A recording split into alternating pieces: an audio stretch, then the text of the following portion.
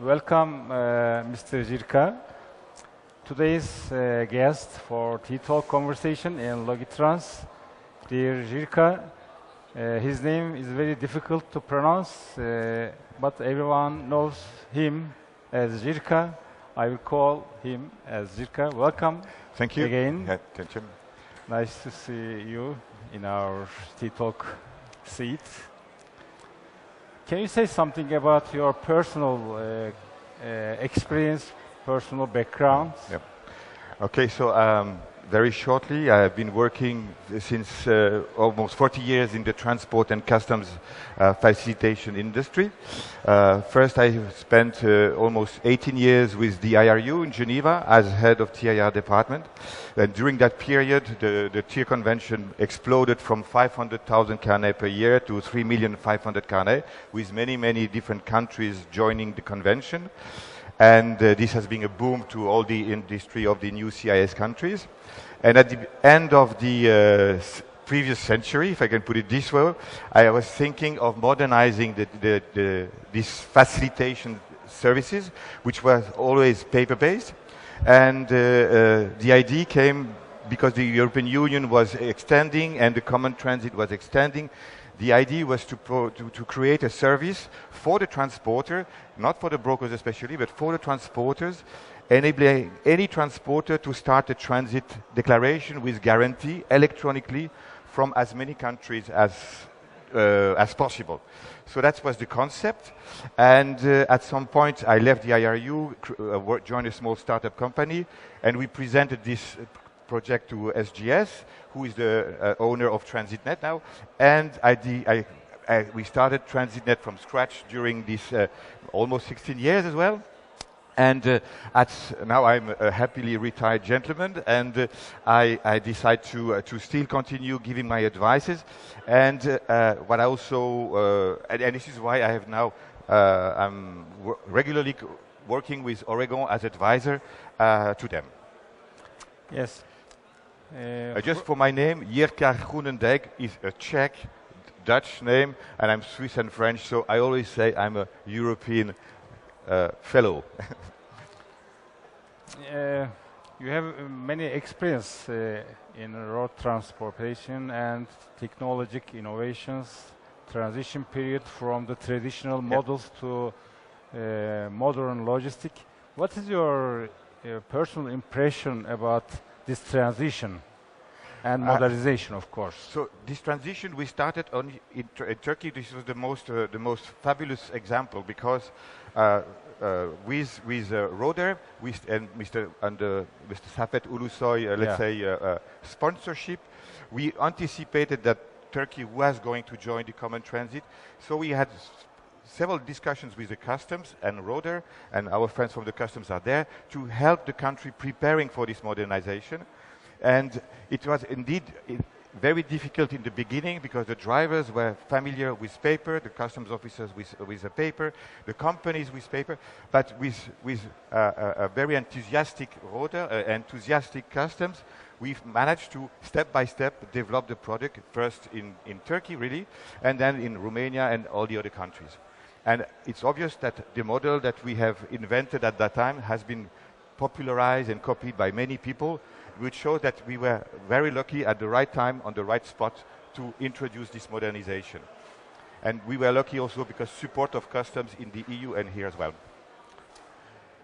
From your point of view, what are the main problems affecting the logistics in globally and in locally or regionally? So I don't have much expertise in the buying freight, transporting freight, but one of the main challenges which I am pretty familiar with is the customs-related requirements that we have to obey, and these requirements are just getting higher and higher, and CTS 5 will put even more requirements on the transporters. So it is getting more and more complicated, and this is why companies like Oregon are there to facilitate the work of the transporters and the drivers, because in the end, when you cross the border from a country, you have a driver facing a customs officer, and these two gentlemen or ladies needs to speak to each other properly. So these are the challenges that we are on the one side working on with Oregon. Thank you. As you know, the main problems, or as you said, challenging topics happening around the borders or cross borders, and you are experts to analyze the problems in such kind of stations. Yeah, definitely. Ports are very complicated customs area because a lot of movement come at the very same time and must be processed at the very same time. So here it needs it's like a little bit of Swiss clock, you know. You need to have a good relation with the customs, with the port, with the security, with the anti-fraud unit. So you have to prepare all these sets of data that they need to work and prepare the arrival of the trucks. And that's something which we've done very successfully in Trieste, under SGS before Roda time, and in Sete, and that now we're also doing in the Channel. And that's something that we are now really wanting to improve also for Oregon, because Oregon wants to also use these ports which are multimodal and therefore much more free, greener than the normal road transportation. Before coming to the Oregon pattern or model, I want to ask your view about the Turkish logistics sector's modernization, because as you see in the fair, there are so many big company and gender equality almost acceptable point. I mean, how do you see our sector's improvement? This Turkish sector is booming. It has always been an engine to modernization in intermodal transportation. I mean, Roda was a pioneer with these Ro-Ro vessels between Turkey and Trieste. So, and you see that it's like a place where everybody has a lot of ideas and wants to have simplification. And I think we are in the heart of the transportation. My father was Dutch, and we said in the past Holland was the heart of logistics, but I think Turkey is the second heart of logistics for sure. And what I think is also very good with this logistic here, this sector, is that they are always keen to try new things, to new services that are provided by providers. And we see that with Oregon, what they are trying to do, or whatever we want to call it, the idea is to add several services next to the transit to enable the transporters to have one single provider for all these different topics, VAT refund, call it ferry tickets, etc., etc. So there is a lot of ambition with Oregon this year to bring everything like a global service provider for the transport and logistic industry. And what is talentuous, I think, is this is valid for Turkey, but also for the country that we are expanding now in the EU with Oregon. Thank you. Let's come to the Oregon experience. What do they expect from you, or what benefit can you give to Oregon system? Because Oregon is a new model. Yes, everyone. Where is Selçuk? Where is EU? I don't know.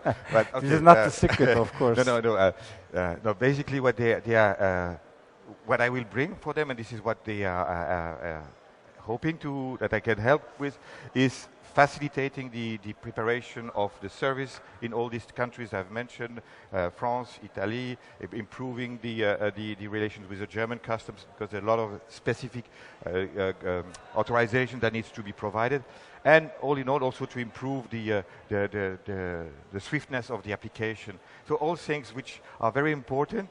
And so I'm delighted that I can reuse again my small old brain and give it to Oregon.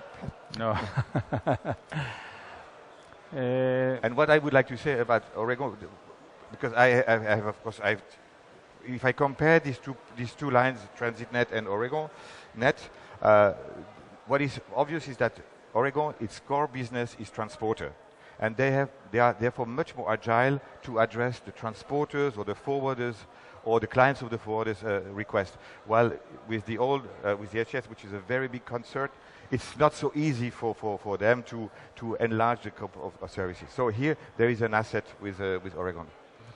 Yes, as you said, you have some specific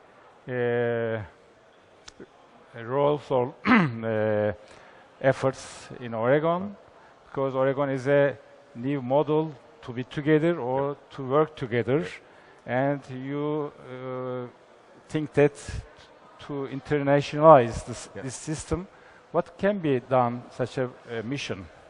So here it's basically it's organizing the people who are, because this service is only based, of course we always speak about IT and money of guarantee, but if you don't have the right people at the right place, you don't have a success. So one of the challenge that Selçuk has is that to adapt the company in a way that it can support more clients from different countries with different languages, and to keep this flexibility, this swiftness that Oregon has. So it's basically going with keeping the simplicity to the clients, but managing it slightly differently than today. And that's one of the second tasks I would like to help them with.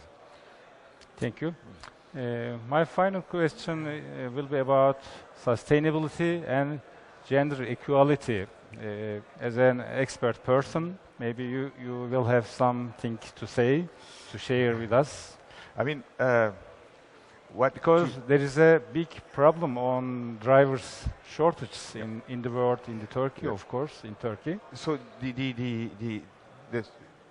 to be sustainable, you need to definitely try to be smart in the way which transport mode you use for what routes, and to be the multimodal by rail, road, and if you can see on my small business card, you see the sea, you see the rail track, you see the road. If we are able to efficiently support the transporters on this complex multimodal with a simple custom service, I mean this will be a great asset for the sustainability of the transport. About gender equality and the role of women in logistics sector. Yes. Can you say something? Yeah. Okay. I mean, I always like to say, if you got it, a truck brought it. But who is behind the steering wheel of the truck is a driver. And I remember Mr. Ulusoy, I was still junior, he invited me in the port of Pendik, and we went together through the drivers. And he was talking to the drivers, and he said, as long as my drivers are happy, I am happy. Yeah. So this is something which has always driven me.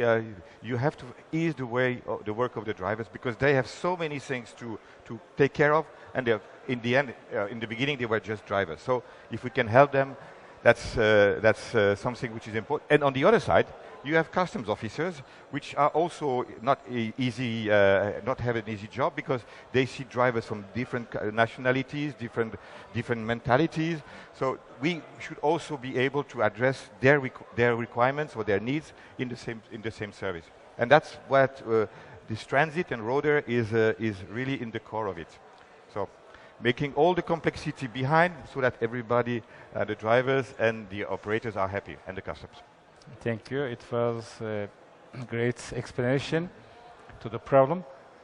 Finally, I want to learn your impression about fair and the role of such a fair in sharing knowledge, experience with each other. I'm impressed by the size of the numbers.